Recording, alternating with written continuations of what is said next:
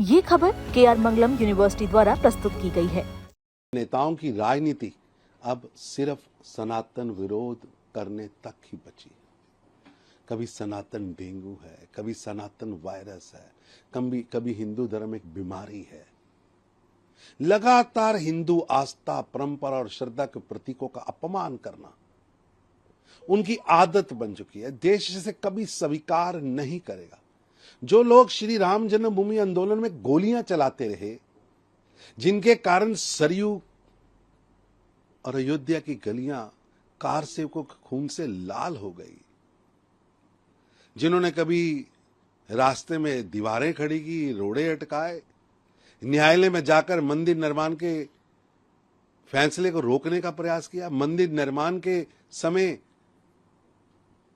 कार्यक्रम का बायकॉट किया, वो लोग आज फिर श्री राम जन्मभूमि के मुद्दे पर, उनसे जुड़े श्रद्धा के प्रतीकों पर व्यंग कर केवल राजनीतिक विरोध नहीं बल्कि करोड़ों राम भक्त की भावना को ठेस पहुंचाने का सुनियोजित षड्यंत्र रच रहे हैं और अपराध कर रहे हैं।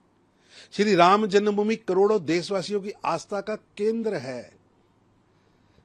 राहुल गांधी, अखिलेश सहित इस कुकृत्य में शामिल सभी नेताओं को पूरे देश से, विश्व में बैठे राम नाम लेवा समाज से, हिंदू समाज से सार्वजनिक माफी मांगनी चाहिए।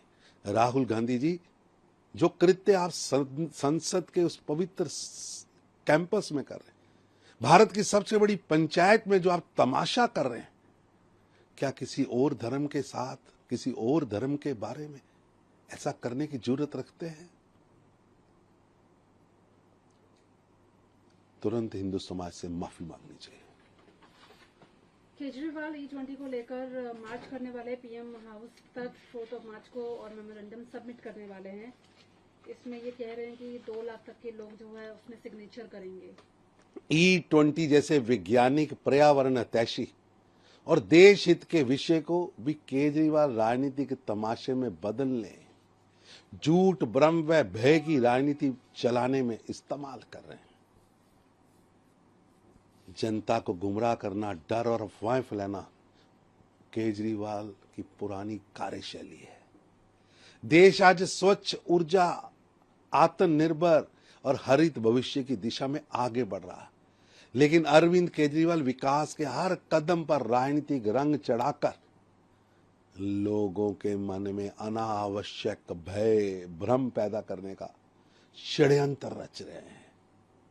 किसके इशारे पर रच रहे हैं? किस टूल किट का हिस्सा बनकर रच रहे हैं? जनता अब इस राजनीति को अच्छी तरह समझ चुकी है और सिरे से नकार रही है। फारूक अब्दुल्ला क्वेश्चन हुआ था कुलगाम अटैक, कह रहे हैं कि स्टेटहुड की मांग हमने की है, अगर वो होता तो ये सब नहीं होता। कुलगाम में निर्दोष प्रवासी मजदूरों की हत्या एक जघन्य आतंकीय कृत्य है, जो कठोर, निंदनीय है, अमानवीय घटना है।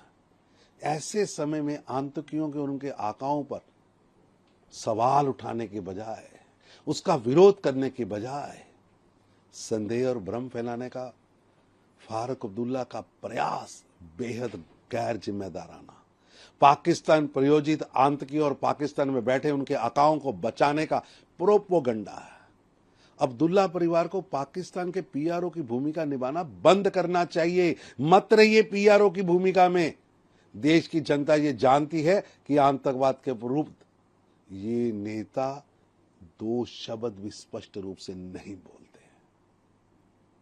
घटना निंदनीय है, अमानवीय है और अब्दुल्ला साहब का बयान गैर जिम्मेदाराना है। पंजाब में अमरिंदर सिंह वाजा और चन्नी के गुटों के बीच में क्लैशेस देखने को मिल रहा है। पहले जाति के आधार पर पार्टी को पीछे धकेलने का जो आरोप चरणजीत सिंह चन्नी ने लगाया था, उस पर कोई कार्रवाई ना हुई और अब पंजाब कांग्रेस जनता के मुद्दों पर लड़ने के बजाय कुर्सियों और गुटों की लड़ाई लड़ रही है।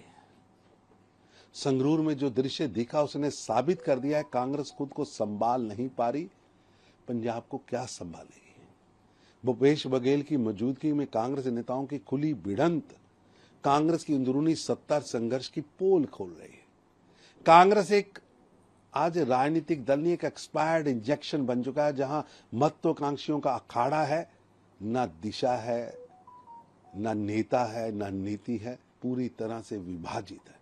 जो पार्टी अपने पूर्व मुख्यमंत्री द्वारा लगाए गए जाति के आधार पर द्वेष के आरोप पर कोई कार्रवाई नहीं कर पाए,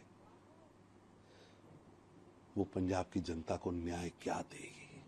कांग्रेस पार्टी को जाति के आधार पर भेदभाव करने के जो बयान चरणजीत सिंह चन्नी ने दिए हैं, आज तक किसी नेता पर कार्रवाई नहीं की है। मैं कांग्रेस पार्टी से कहूंगा उन नेताओं पर कार्रवाई भी की जानी चाहिए और FIR भी रजिस्टर्ड होना चाहिए। पंजाबी लैंग्वेज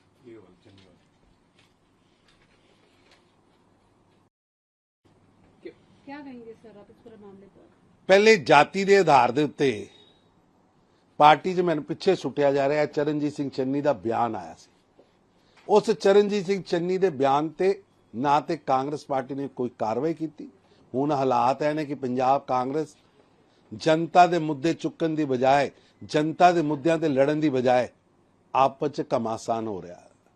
कुर्सियां की लड़ाई चल रही, गुटां की लड़ाई चल रही। संगरूर 'ਚ जिहड़ा दृश्य सामने आया वो साबित करता है कि कांग्रेस खुद नूं संभाल नहीं पा रही, वो पंजाब नूं की संभालेगी। भूपेश बघेल की मौजूदगी 'ਚ कांग्रेस के नेताओं की खुली जिहड़ी भिड़ंत हुई है, ये अंदरूनी सत्ता संघर्ष का पोल खुल चुकी। एक आउं लगता कोई राजनीतिक दल नहीं, दो ग्रोह लड़ रहे। और मैं हैरान हाँ कि आज कांग्रेस का पूरा संगठन दिशाहीन हो चुका है, विभाजित हो चुका है। और कांग्रेस पार्टी अपने मुख्यमंत्री, पूर्व मुख्यमंत्री चरणजीत सिंह चन्नी के इस आरोप ते कि कांग्रेस पार्टी 'ਚ उन्हां नाल जाति के आधार पर द्वेष हो रहा, उन्हें पिछे सुटिया जा रहा, कोई कार्रवाई नहीं कर रहे।